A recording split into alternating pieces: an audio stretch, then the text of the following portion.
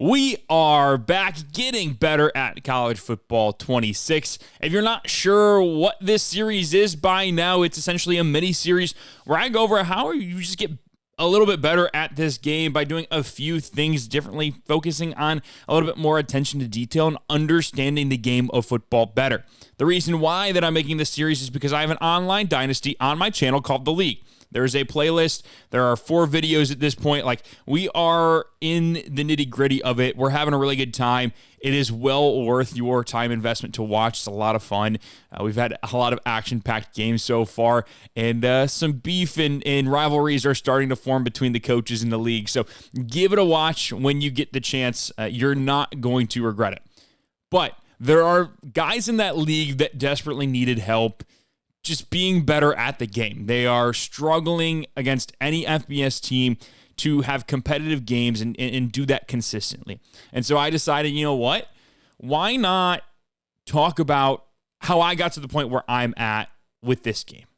Now, I'm not going to toot my own horn or anything, but I am a pretty good player when it comes to playing the CPU. I've played a lot of college football games. I have a pretty good understanding of football on an intricate level. And so I feel like I'm a pretty good vessel to help people learn about how that football side translates to the video game. And even though the video game isn't perfect in its football logic, explain the logic behind why things happen. And so today we are going to focus on how to stop the CPU running attack.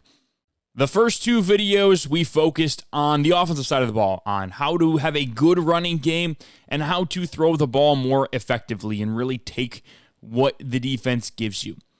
The most recent one was focusing on pass defense and really how to make the CPU's life a lot harder and make them work for all of their touchdowns and all of their points. This time, we're going to focus on how to stop the run. And the reason why being able to stop the run is so important because it's going to help you get into favorable situations on 2nd and 3rd down. I don't know the exact splits or statistics on how often CPUs run the ball on 1st down, but if they are in an even situation game or they are ahead, it is more than 50% of the time that a run is going to happen on 1st down. If you can put yourself in a situation where they are now behind the sticks on 2nd and 3rd down, you're going to find yourself in a lot more favorable positions. So that's what we're going to try to get you to understand here today. The first thing that you want to do is really get a good feel for what defensive formation you run. I've always been a even front guy growing up. Like, I don't know, something just drew me to those 4-man fronts. If you're a 3-man front or an odd front guy that likes to run, that 3-4 where you got 5 defenders on the defensive line, that is completely up to you. But you have to have a good comfort level with that defense. There are people who run 3-2-6 and do it phenomenally. I'm not one of those people. I really do not like the 3-2-6 defense because there are only 3 down linemen, and you're really relying on your DBs to make a lot of plays. I've always been of the thought process that I want my defensive line to be the one making the plays in the run game and being able to generate pass rush and not having to bring anybody else. And so for me, I like running the 4-2-5. It gives me some versatility on the defensive side of the ball to have a strong safety, second strong safety on the field where he can still help in the run game, but is a little bit more athletic than an extra linebacker. That's why I like it. But you have to understand what the formations are that you are going to. You can't have yourself be in a situation where you're just going willy-nilly. You have to understand the difference between an overfront and an underfront. And so, I'll show you kind of what they look like just based off of a cover 3 look against a random play from Delaware. So as you can see, the formation strength is to the tight end. And why is that important? Because that is what the overfront is. The strength of your defense, so the way that your defense is shifted, is towards the running back or tight end, usually the passing strength more times than not. So now that I've showed you that, let me show you what an underfront looks like. Now, it's kind of, exactly what you would expect. It is the opposite of an overfront. So it's going to shift where the offense is going to be able to attack. And so you see we're shifted to the tight end a little bit. Look at that. Get an easy pick. So you can see how this would change up where the offense is going to be able to attack in the run game. Now, there are reasons to run both of them. I am more of an overfront type of guy. It's going to change up your gap responsibilities if you're using the linebacker, which I'm going to recommend everybody get comfortable doing because it's going to allow you to take a lot more away from the offense. And I'll show you once we get into an actual gameplay what I'm talking about. But that is your basic understanding of a 4-2-5. Now, the next thing I'm going to talk about is probably, I don't want to say the most important thing, but it certainly is. You need to be able to understand where you're fitting on the run. I see so many people over pursue when they're on their pursuit angles, and it kills them every single time. They just don't have a good understanding of where that run needs to hit. I would rather under pursue than over pursue. So you have to really understand what your job is on that play. So just reading the defense. So it's just reading the offense. It literally is just reading the offense. Seeing where the holes open up. You don't have to go guns a-blazing inside. But being able to understand where the run is supposed to hit and where you're supposed to be responsible for based off of your front is huge. As you can see, based off of what we're looking at right now, my linebacker has that front side A gap. The one I'm on right now has that A gap to the right of the center. That is my run gap that I am responsible for. You have to know that when you are on defense.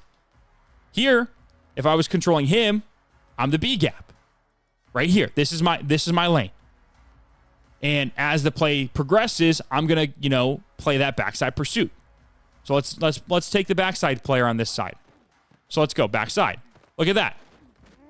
So as you can see, I'll show you in the instant replay, my gap closed down because they decided that they were going to take this tackle and this guard on the backside and they were going to double here. So there's no longer a B gap. So where does that gap move? As you can see where the holes are. The gap is now to the right of the guard. It's between that guard and that. It's essentially the A gap. The B gap is closed down now. I know my backside players have the C and I guess the D gap as well. They have that backside. So I need to do my best job to get over top of that little muddle right there between the guard, my tackle, and their tackle, and get into this gap. And I do so. He's got nowhere to go. Now, he didn't have anywhere to go in the, anyway, but you have to be able to put yourself in the right spot every single time. Because if you're not, you're doing yourself a disservice. But even if you were controlling a defensive tackle on this play, you're not going to be able to make the play. You have more control over what happens on this play if you play as a linebacker, right? And that's why I recommend playing as a linebacker over a safety, because you have more influence over the running plays as well as the passing plays. The next thing that you need to get through your head is that there is no need to hit stick. If you're going to click on, which I really don't recommend in the first place, you're not a good enough open field tackler to click on, do not hit stick. There is no reason for you. Yes, I get it looks cool. But I'm telling you right now, you're doing yourself so much more harm than good. By trying to hit stick consistently, you are putting yourself in a position that the offense is going to be able to break a lot more tackles, and you're going to get yourself in a lot more positions that aren't great. I'm telling you, when you fly in and make a tackle, just start spamming A. Literally just start spamming A. And I over pursued there. When you click on, just start spamming A or X. I'm telling you, it is going to make your defense better. They are going to tackle so much better. And you're not, because I see it all the time in the videos that I'm editing on our online dynasty. Guys are, oh, what a play. Guys are clicking on, and the first thing you see is their defender dive. So like go like this, and you'll just see all of that. It's like, no. That is not how you should be playing. The rate at which hit sticks cause fumbles is not good enough for you to do that. I mean, really, it's not even causing much wear and tear either. There's just no reason for you to click on and hit stick. Just play the run. Play it. Press A. Start spamming A. You're going to hold the offense to a lot fewer yards after contact if you do that. I promise you. If you do all of those things, I guarantee that your defense will be better. No matter how good or bad they are overall wise, if you put yourself in a position to succeed by matching your personnel with their personnel, understanding your fronts and where the offense is going to try to attack, where your gap responsibilities are, getting more comfortable with a linebacker or a safety as your user, you are going to be better. And yes, I understand what I am talking about right now is a lot of understanding football. And you just have to expand your knowledge base about the actual game. But I promise you, you will start to notice your defense doing a lot better. And you understand the game on an intricate level, on a detailed level, more than you did before. And that's really what this game is about, right? Just press A. Just press A. I'm telling you. You don't have to be that guy that mid-blitzes all the time. You don't have to be that guy that just runs cover zero and has to do a bunch of pre-snap adjustments in order to make things work. This is good enough. This defense is good enough to beat CPUs. This defense is good enough to beat half the users that you'll play. Let them make a mistake. And if you're worried about, not being able to get a pass rush, and that's why you want to blitz more, I'm telling you, use your stunts. Use your stunts because they're going to help you generate more of a pass rush. And I'll show you exactly how to do it. So I'm going to run cover 3. I'm going to hold X, and it's going to pull up a list of stunts for me to run. You have your Texas, which is when your end loops inside. You have your exit, which is where your either nose or your tackle will loop outside.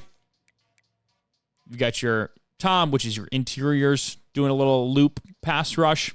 You've got a pirate, which is when your strong side tackle will loop all the way around the left side as your nose and your edge crash on that side.